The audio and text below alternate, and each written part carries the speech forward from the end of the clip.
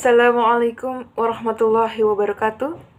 Alhamdulillahirabbil alamin wa bihi nasta'in ala umuri dunya waddin wassalatu wassalamu ala asrafil mursalin wa ala alihi wa sahbihi ajmain amma ba'du. Yang saya hormati Bapak Dr. Haji Tata Sukayat MAG selaku dosen pembimbing mata kuliah retorika serta teman-teman sekalian yang saya sayangi dan saya banggakan. Seperti yang kita ketahui bahwa ilmu merupakan hal yang sangat istimewa.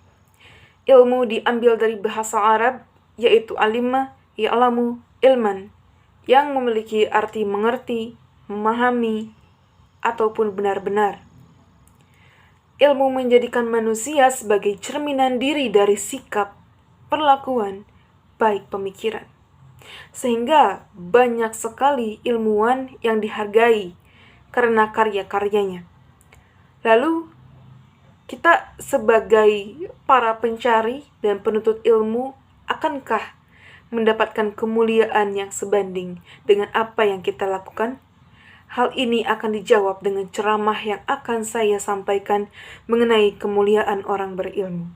Hadirin yang saya hormati, saya pernah melihat status WhatsApp teman saya dan dia mengatakan, kalau aja saya bisa, saya mau sukses tanpa sekolah. Banyak kok orang sukses tanpa sekolah. Aduh, na'udzubillahi min dzalik. Sahabat, memang ada orang seperti itu. Tapi tahukah ada banyak keutamaan orang menuntut ilmu?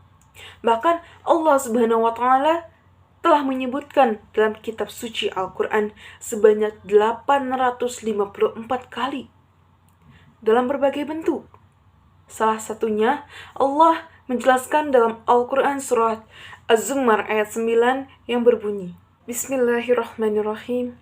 Aman huwa qanitun anna al-layli sajidan wa qa'iman yahzaru al-akhirata wa yarju rahmatar rabbih. Qul hal yastawi allazina ya'lamuna wallazina la ya'lamun innama yatazakkaru ulul albab. Shadaqallahul azim. Artinya, katakanlah, apakah sama orang-orang yang berilmu dengan orang-orang yang tidak berilmu? Sesungguhnya, hanya orang-orang yang berakalah yang dapat menerima pelajaran. Dalam ayat tersebut dijelaskan bahwa Allah menyatakan hanya orang-orang yang berakal yang dapat menerima pelajaran. Pelajaran tersebut baik dari pengalaman hidupnya atau dari tanda-tanda kebesaran Allah yang terdapat di langit dan juga di bumi beserta isinya.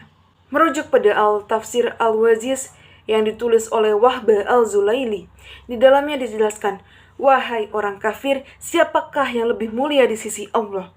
Kamu yang memohon kepadanya hanya saat tertimpa bencana, ataukah orang-orang yang beribadah pada waktu malam dengan membaca Al-Quran, sholat, dan berzikir dalam sujud dan berdiri karena cemas dan takut kepada azab Allah di akhirat dan mengharapkan rahmat Tuhannya? Wahai Nabi Muhammad, katakanlah, apakah sama orang-orang yang mengetahui, berilmu, berzikir, dan melaksanakan sholat dengan orang-orang yang tidak mengetahui atau tidak berilmu? Sebenarnya hanya orang yang berakal sehat dan berpikiran jernih yang bisa menerima pelajaran serta mampu membedakan antara kebenaran dan juga kebatilan. Bayangkan, dari beribu-ribu ayat kitabullah Al-Quran, Allah menyebutkan ilmu sebanyak itu. Betapa utamanya ilmu, dan Allah mewajibkan setiap hambanya untuk menuntut ilmu. Ilmu adalah amalan yang tidak terputus pahalanya, sebagaimana dalam hadis An Abi Hurairah anna Rasulullah qala, iza mata banu adaman qata'a ammaluhu illa min salasa, sadaqatin jariyatin aw ilmin yuntafa'u bihi aw waladin sholihin yad'ulah. Dari Abu Hurairah radhiyallahu anhu bersabda, apabila manusia itu meninggal dunia, maka terputuslah segala amalnya kecuali 3, yaitu sedekah jariyah, ilmu yang bermanfaat, dan juga anak soleh yang selalu mendoakan kepadanya. Hadis riwayat Muslim.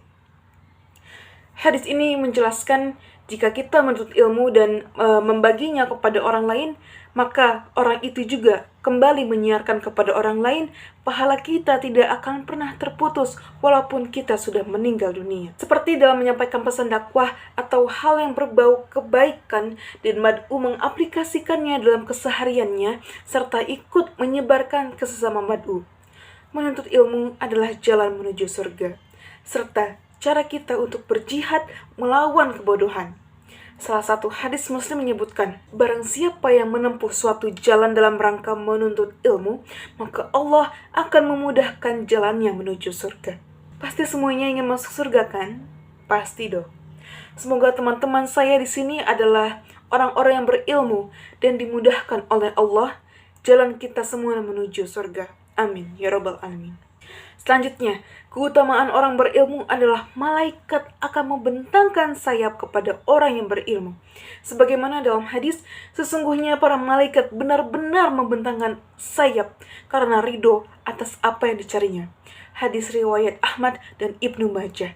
Selain ilmu dunia, kita juga harus mendalami ilmu akhirat. Kenapa? Kenapa harus ilmu akhirat? Karena ilmu ini yang akan menentukan akhirat kita. Akhirat di mana semua yang kita lakukan di dunia ini akan dibalas oleh Allah Subhanahu wa taala. Insyaallah. Dan remaja zaman sekarang sering sekali merasa malas, ngantuk, cepat bosen.